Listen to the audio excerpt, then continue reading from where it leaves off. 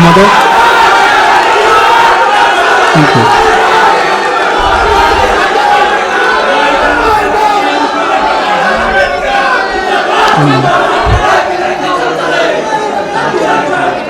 আমরা সবাই মিলে আমাদের সবাইকে মিলে আজকে যে আকাঙ্ক্ষা আমরা দেখতে পাচ্ছি, সরকার তো সেই আকাঙ্ক্ষাকে ধারণ করে। আমরা চাই জুলাই গণ অভ্যুত্থানে যারা শহীদ হয়েছিলেন আমাদের অবশ্যই সেই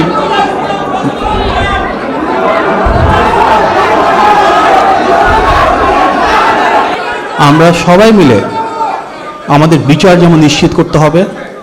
উনি এখানে দাঁড়ায় আছেন আপনাদেরকে সম্মান জানায়, সেটা আপনারা সম্মান দিবেন না? উনি এখানে কেন এসেছেন? আপনাদেরকে সম্মান জানায় এসেছেন না? উনিও তো আপনাদের একজন, তাহলে কথা শুনতে হবে না? দলমত নির্বিশেষে আপনারা কথা শুনেন। মা আপনার কান্না শোনার জন্যই উনি এখানে এসেছেন, জনাব তারেক রহমানের হয়ে এখানে এসেছেন। আপনি কথা না শুনলে হবে না, আপনাদের দুঃখ আমরা সবাই বুঝি। মা একটু শোনেন। আজ থেকে ঠিক 2 বছর আগে বাংলাদেশে যখন জুলাই গণ অভ্যুত্থান চলছিল, তখন আমরা এমন একটা বাংলাদেশ দেখেছিলাম যেখানে একদিকে ছিল ফ্যাসিবাদের সুবিধাভোগী এবং দোসরেরা, আরেকদিকে ছিল পুরো বাংলাদেশ। আমরা এমন একটা বাংলাদেশ তখন দেখেছিলাম যেখানে ডানপন্থী, বামপন্থী, মধ্যমপন্থী, ইসলামপন্থী বলে কারো কোনো পরিচয় ছিল না। সবার পরিচয় ছিল আমরা বাংলাদেশপন্থী। আমরা সবাই মিলে সেই বাংলাদেশই চেয়েছিলাম যেখানে মানবাধিকার থাকবে, আইনের অনুশাসন থাকবে, বাক স্বাধীনতা থাকবে। সবাই সেই বাংলাদেশ চেয়েছিলাম যেখানে মানবাধিকার লঙ্ঘন হবে না, গুম, খুন, হামলা, মামলা হবে না। যার কারণে দীর্ঘদিন পর প্রতিটি গণতান্ত্রিক রাজনৈতিক দল যেমন ছিল, ঠিক তেমনি সব শ্রেণী পেশার মানুষ এক হয়ে রাজপথে নেমে এসেছিল। সেই গণ অভ্যুত্থান আমরা কেন বলি? কারণ এই প্রথমবারের মতন দীর্ঘ সময় পর এমন একটা আন্দোলন হয়েছে যেখানে সাধারণ মানুষ, যাদের ক্ষমতার সাথে কোনো সম্পর্ক নাই, যারা ক্ষমতার হিস্যা নাই, তারা দেশের জন্য, সমাজের জন্য, মানুষের জন্য নিজের জীবন উৎসর্গ করতে রাজপথে নেমে এসেছিলেন, রক্তে রঞ্জিত হয়েছিলেন। এই গণ অভ্যুত্থানে আমাদের মায়েদের, বোনদের ছিল অনেক বড় একটা ভূমিকা। ছাত্র জনতার গণ অভ্যুত্থানে আমাদের ছাত্রছাত্রীরা স্কুলের, কলেজের, মাদ্রাসার, বিশ্ববিদ্যালয়ের, বাংলা মিডিয়াম, ইংলিশ মিডিয়াম, তারা যেমন নেমে এসেছিল, একই সাথে সেখানে ছিল একদম রাস্তার খেটে খাওয়া মানুষেরা, শ্রমজীবী মানুষ, রিক্সা চালক, ভ্যান চালক, পোশাক চালক। এখানে ছিল দেশি বিদেশি প্রবাসী, ডাক্তার, ইঞ্জিনিয়ার, শিক্ষক, আইনজীবী। এমন কোনো খাত নাই সমাজের যেখানে প্রতিনিধিত্ব ছিল না। আমরা আজকের গণতান্ত্রিক বাংলাদেশে যে গণ আকাঙ্ক্ষাকে ধারণ করে জুলাই গণ অভ্যুত্থান হয়েছিল, সেটাই প্রতিষ্ঠিত করতে চাই। অনেক মানুষ আছেন যারা জীবন দিয়েছেন, আমাদের সেই শহীদ ভাইদেরকে আমরা ফেরত আনতে পারবো না, কিন্তু যে বাংলাদেশের প্রত্যাশায় ওনারা রক্তে রাজপথকে রঞ্জিত করেছিলেন, সে আদর্শ, সেই মূল্যবোধটাকে আমরা ধারণ করতে পারি। আমাদের অনেক মা রয়েছেন যারা তাদের সন্তানদের আজও ফেরত পান নাই। আমাদের অনেক বোন রয়েছেন যারা তাদের স্বামীকে আজও ফেরত পান নাই। আজকে যে গণতান্ত্রিক বাংলাদেশ, আমরা যদি তারা যে সাম্য, মানবিক মর্যাদা এবং সামাজিক সুবিচার প্রতিষ্ঠা করতে চেয়েছিলেন, তারা এমন একটা বাংলাদেশ গড়ে তুলতে চেয়েছিলেন যে সত্যিই সার্বভৌম, এমন একটা বাংলাদেশ যেখানে মেধার মূল্যায়ন হবে, যেখানে বৈষম্য থাকবে না। আমরা সবাই মিলে সেটাই তো প্রতিষ্ঠা করতে চাই। আমাদের অনেক আহত ভাই বোনেরা রয়েছেন যাদের অনেকের আর চোখ নেই, অনেকের হাত বা পায়ে দেখে গিয়েছে বিকলাঙ্গতা হয়েছে, অনেক আহত হয়েছেন, আজও সুস্থ হন নাই। নির্বাচিত সরকারের দিক থেকে আমরা সর্বোচ্চ আন্তরিকতা নিয়ে, ভালোবাসা নিয়ে আমাদের শহীদ পরিবারগুলোর পাশে থাকতে চাই। যারা আহত হয়েছেন ওনাদের পাশে সমবেদনা নিয়ে সহযোগিতা নিয়ে থাকতে চাই। মাননীয় প্রধানমন্ত্রী জনাব তারেক রহমান নির্বাচিত হয়ে রাষ্ট্র পরিচালনায় আসার পর জুলাইয়ের যে আকাঙ্ক্ষা, জুলাইয়ের যে আদর্শ, জুলাইয়ের যে মূল্যবোধ, সেটাকে ধারণ করেই একটা নতুন বৈষম্যহীন এবং মানবিক বাংলাদেশ গড়ে তুলতে নেতৃত্ব দিচ্ছেন। আমাদের এই পথ চলায় চ্যালেঞ্জ রয়েছে। 16 বছরের দীর্ঘ ফ্যাসিবাদকে হয়তো খুব স্বল্প সময়ে আমরা আমূলে পরিবর্তন করতে পারবো না, কিন্তু অন্ততপক্ষে আমরা চাই যে মায়েরা তাদের সন্তানদের জীবন দিতে হয়েছিল, সেই শহীদের মায়েদের যে প্রত্যাশার বাংলাদেশ, সেটা যেন গড়ে তুলতে পারি। আমি সেই রাজনৈতিক দল বিএনপির প্রতিনিধিত্ব করছি আজকে সরকারে, যে দলটির 400-এরও বেশি মানুষ শহীদ হয়েছিলেন এই জুলাই গণ অভ্যুত্থানে। হাজার হাজার মানুষ জীবন দিয়েছেন, গুম হয়েছেন ফ্যাসিবাদ বিরোধী 16 বছরের সুদীর্ঘ যে পটভূমি তৈরি হয়েছিল সেই সময়টাতে। আমরা বিশ্বাস করি আমাদের যে মূল পরিচয়, আমরা বাংলাদেশের পক্ষে, বাংলাদেশপন্থী রাজনীতি করতে চাই, বাংলাদেশপন্থী নীতিমালা করতে চাই। সেখানে ফ্যাসিবাদের বিরুদ্ধে গণতান্ত্রিক ঐক্যকে ধারণ করা প্রতিটি মানুষ এক। আমরা যদি সবাই এক বিন্দুতে দাঁড়িয়ে আসি,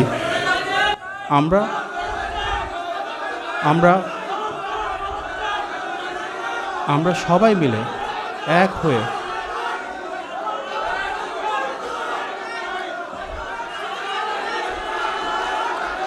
আমাদের থ্যাংক ইউ।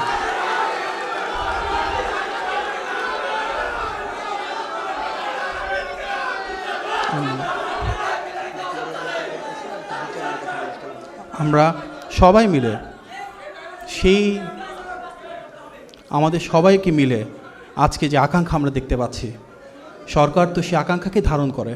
আমরা চাই জুলাই গণ অভ্যুত্থানে যারা শহীদ হয়েছিলেন আমাদের অবশ্যই সেই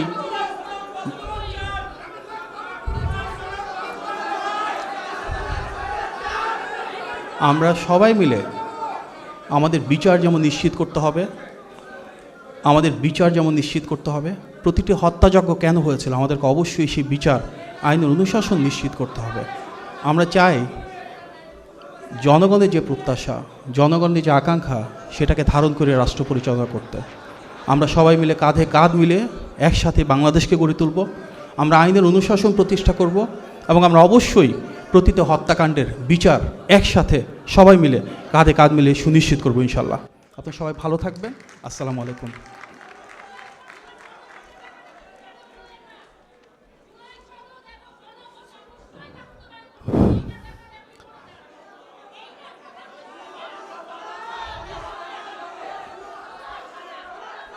ধন্যবাদ।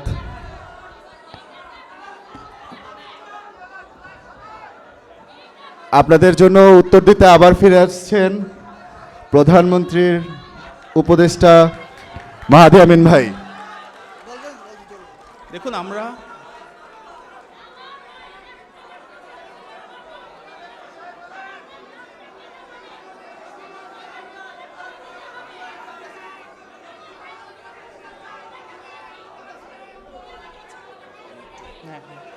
বলে আসুন।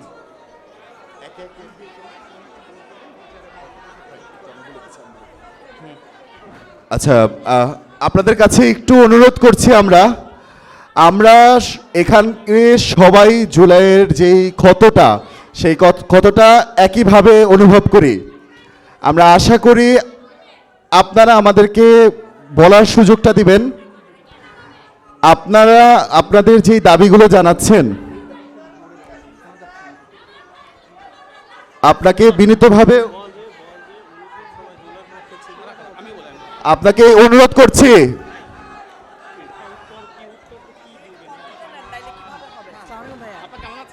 আসসালামু আলাইকুম সবাইকে।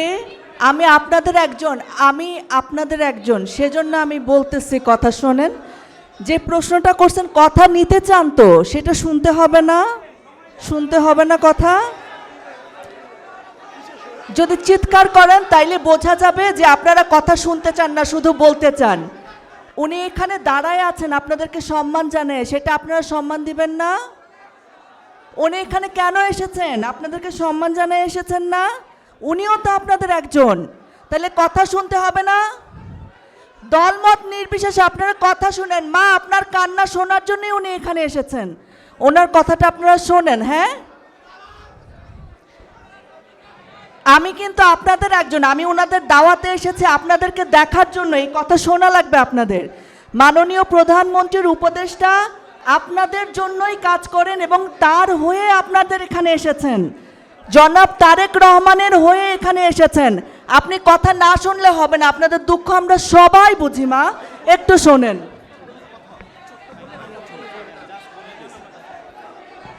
আপনারা বসুন সবাই প্লিজ। ভাই আপনারা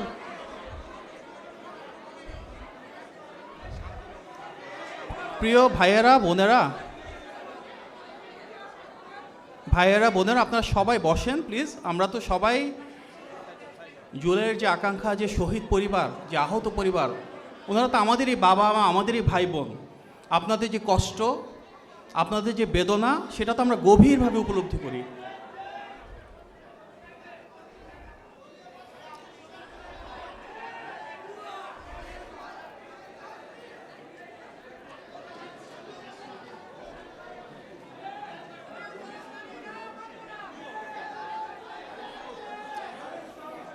আপনারা তো প্রিয় ভাই বোনেরা, আপনারা যারা শহীদ পরিবারের রয়েছেন, আপনারা যারা আহত রয়েছেন, আপনারা তো আমাদেরই ভাই, আমাদেরই বোন, যারা বৃদ্ধ অবস্থায় রয়েছেন, আপনারা আমাদের বাবা মায়ের মতন, আপনারা আস্থা রাখুন।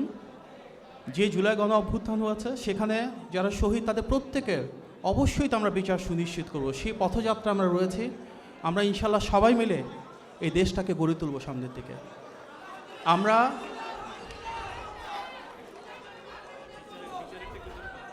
জুলাই, দেখুন, জুলাই সনদের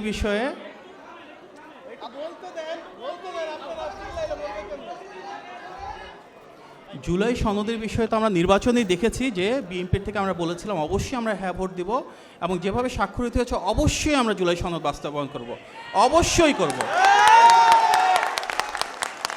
জুলাই সনদের আকাঙ্ক্ষাকে আমরা ধারণ করি।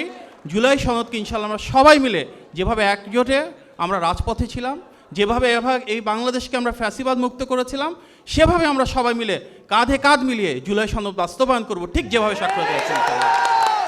এই বাংলাদেশ আমাদের সবার, ফ্যাসিবাদ বিরোধী ঐক্য আমাদের সবার।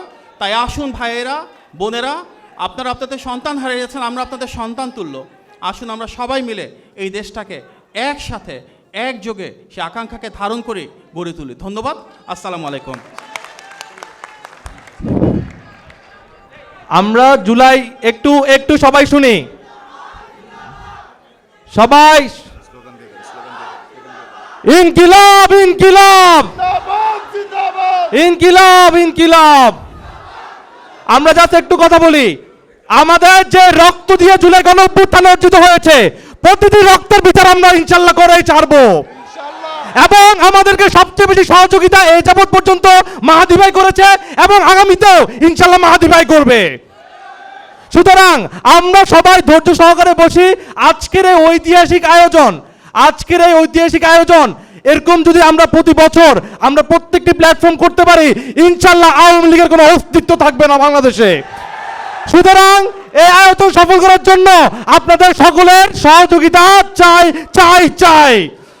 কেউ যাতে, আমরা দয়া করে আপনাদের কাছে আমি ক্ষমা চাচ্ছি এবং আপনাদের কাছে আমি অনুরোধ করছি, দয়া করে কেউ বিশৃঙ্খলা করবেন না। আমরা যাতে এই প্রোগ্রামটা শেষ করতে পারি, এটা আমাদের জন্য, শহীদ পরিবারদের জন্য, আহতদের জন্য, সবার জন্য মঙ্গল হবে ইনশাল্লাহ।